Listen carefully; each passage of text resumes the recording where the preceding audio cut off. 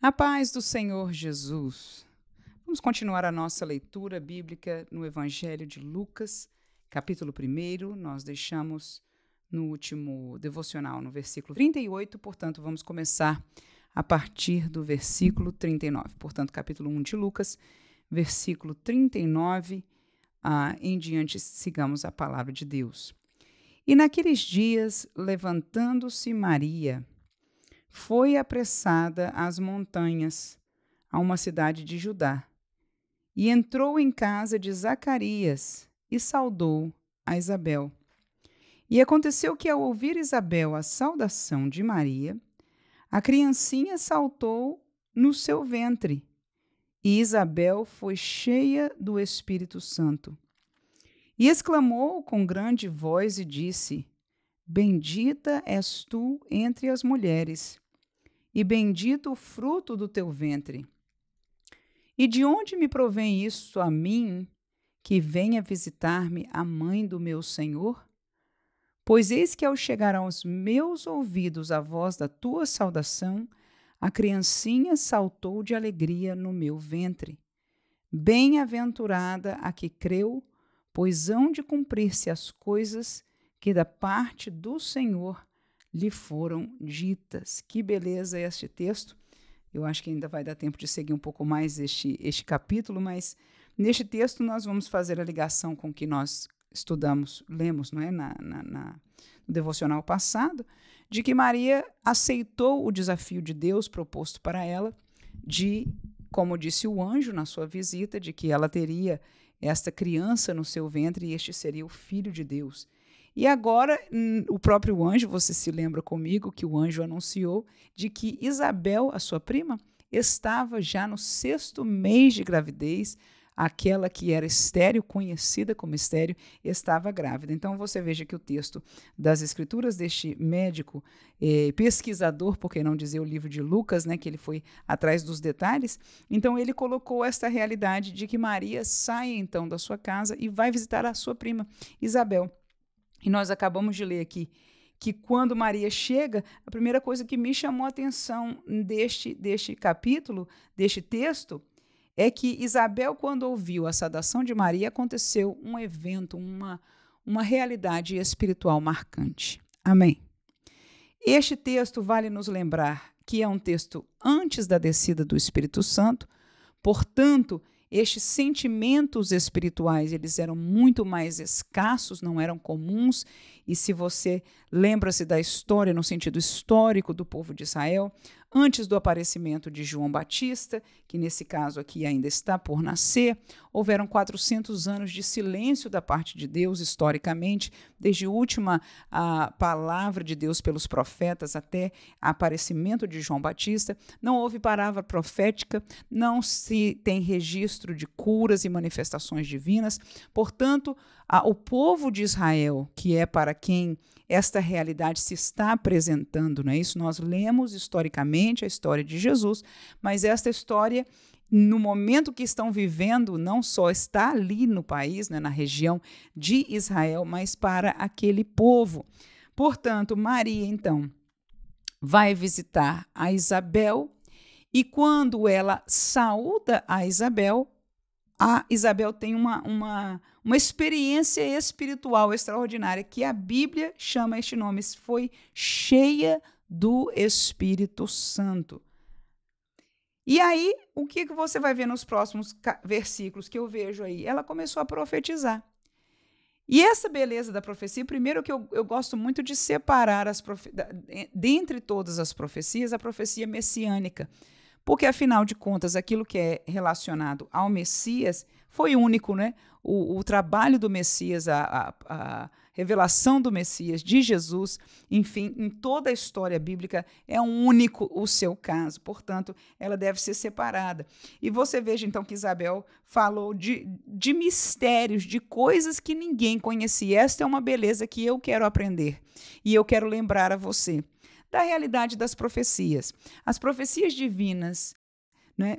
Neste texto nós vamos aprender mais uma vez. Vamos estar olhando, se Deus nos permitir, meditando em muitos textos da palavra de Deus, mas em me lembrar vejo de que a profecia, ela revela detalhes, coisas misteriosas, coisas que os demais não conhecem, sendo vindo, e é uma das coisas que a gente pode provar que são da parte de Deus. Não são profecias de coisas óbvias, mas são palavras da parte de Deus que revelam coisas escondidas, coisas misteriosas. Então veja no versículo 42, ela diz, bendita és tu entre as mulheres, ou seja, Maria era uma mulher bendita, e bendito o fruto do ventre dela, portanto, Jesus.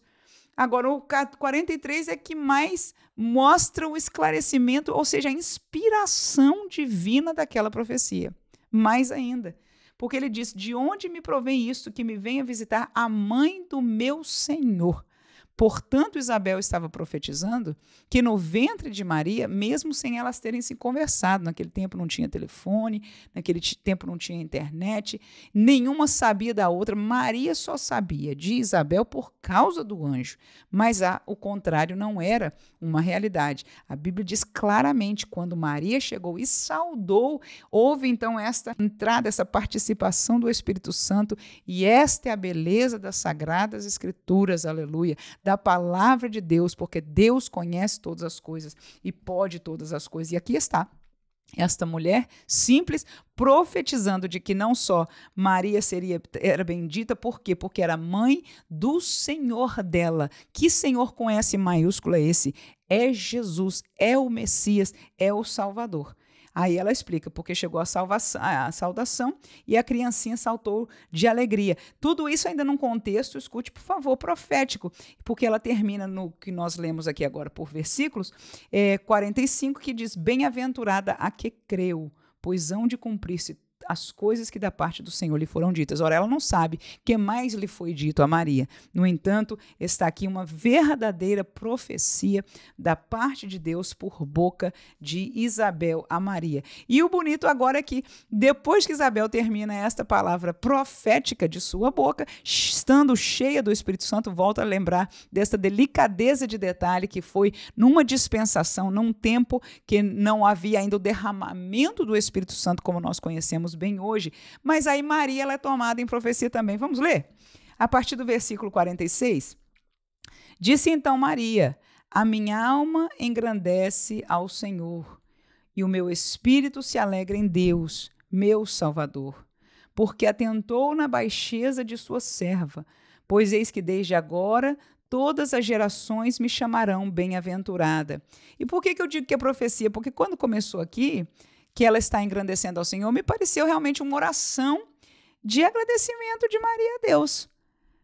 Mas quando eu começo a olhar as palavras que vêm a partir do versículo 48, como esse que a gente leu agora, eu não penso que Maria está se achando, né, para dizer eu sou bem-aventurada, todas as gerações me chamarão bem-aventuradas. Não, me parece que aqui, neste mesmo contexto inspirativo, profético, o Senhor usa também a boca de Maria e fala essas palavras, e vamos confirmar se é isso assim. Olha lá, vamos seguir, portanto, a leitura. Desde agora todas as gerações me chamarão bem-aventurada. Continua comigo aí no 49. Porque me fez grandes coisas, o poderoso, e santo é o seu nome, e a sua misericórdia é de geração em geração sobre os que o temem. Olha lá outras coisas interessantes. A partir daí, com o seu braço, obrou valorosamente, dissipou os soberbos no pensamento de seus corações, depôs dos tronos os poderosos e elevou os humildes, encheu de bens os famintos e despediu vazios os ricos. Ou seja, é muita inspiração, né, irmão, para uma oração dessa ser assim como uma oração livre somente de agradecimento a Deus. Pode ser, mas me parece, pelo menos minimamente, muito inspirativa do Espírito de Deus na vida de Maria naquele momento tão único, tão especial. Ela segue ainda conosco aqui no 54, auxiliou a Israel, seu servo, recordando-se da sua misericórdia, como falou a nossos pais, para com Abraão e sua posteridade para sempre. E Maria ficou com ela quase 3 meses. Então, vemos pelo menos aí da parte de Maria, uma oração muito inspirada espiritualmente de agradecimento a Deus por estar se levantando em favor da nação de Israel, em favor de seu povo. Vamos terminar ainda no 66? Vamos caminhar mais um pouquinho. Está gostosa essa palavra e nós terminaremos neste contexto aí. Maria voltou para casa. E agora, do 57, diz: E completou-se para Isabel o tempo de dar à luz. E teve um filho. E os seus vizinhos e parentes ouviram que tinha Deus usado para com ela de grande misericórdia. E alegraram-se com ela. E aconteceu que ao 8º dia vieram circuncidar o menino e lhe chamaram Zacarias, o nome de seu pai. E respondendo sua mãe, disse: Não, porém será chamado João. E disseram-lhe: Ninguém há na tua parentela que se chame por este nome. E perguntaram por acenos ao pai como queria que lhe chamassem. E pedindo ele uma tabuinha de escrever, escreveu dizendo: O seu nome é João. E todos se maravilharam. E logo a boca se lhe abriu, e a língua se lhe soltou, e falava louvando a Deus. E veio temor sobre todos os seus vizinhos, e em todas as montanhas da Judéia foram divulgadas todas essas coisas. E todos os que as ouviam as conservavam em seus corações, dizendo: Quem será, pois, este menino? E a mão do Senhor estava com ele. Queridos irmãos, aqui o meu coração ficou muito feliz nesses últimos 3 versículos. Porque não vou dizer pequeno milagre, mas em algo que foi extraordinário. Que foi extraordinário, irmã? O assunto do nome, né? Que a mãe sabia, quando o Zacarias estava mudo, como é que ela saberia como é que o pai podia ter escrito, aquela coisa toda. Eu sei que quando houve essa coincidência, e que logo depois daquele evento do nome, que foi o anjo que tinha dado para Zacarias, né? Quando aquilo aconteceu e a boca do homem se abriu, Zacarias, que tinha ficado mudo, pelo decreto de Deus, através do anjo, então ele começou a falar e louvar a Deus. Então, o que aconteceu? A primeira coisa foi que as pessoas tiveram temor, ou seja, quando algo extraordinário, no sentido de milagres, de sinais, sim, acontecem, há temor no meio das pessoas. Qual a segunda coisa? É que começaram a divulgar. Quando o milagre acontece, irmão, o povo fala. Eu vou falar se acontecer no dia que, se nós estamos na minha família esperando por um milagre de Deus. E se esse milagre acontecer que nós esperamos em Deus, nós vamos estar falando. Quantas pessoas vão testemunhar, às vezes, na nossa igreja? Eu me lembro de uma irmã que ela falou: olha, o milagre meu é tão grande na minha vida, aconteceu tantos anos atrás, mas eu prometi ao Senhor de que quando eu visitasse uma igreja nova ou fosse conhecer uma família, etc., eu vou contar o que Deus fez por mim. Então, essa é a beleza dos sinais e milagres que a gente vê aqui já desde a vida, né, de João, no caso, que acabara de nascer. Então, aquela realidade foi divulgada. E aí outra coisa é que as pessoas se perguntavam, que é o versículo 66, e eu termino com esse pensamento. As pessoas primeiro guardaram no coração os detalhes lindos e diferentes e especiais que Deus fez nesta manifestação extraordinária. Se perguntam, não só guardaram, mas se perguntavam: quem será esse menino? Ou seja, estes sinais, esta evidência de algo extraordinário, falava em algum lugar dessas pessoas, elas entendiam: Deus está neste assunto.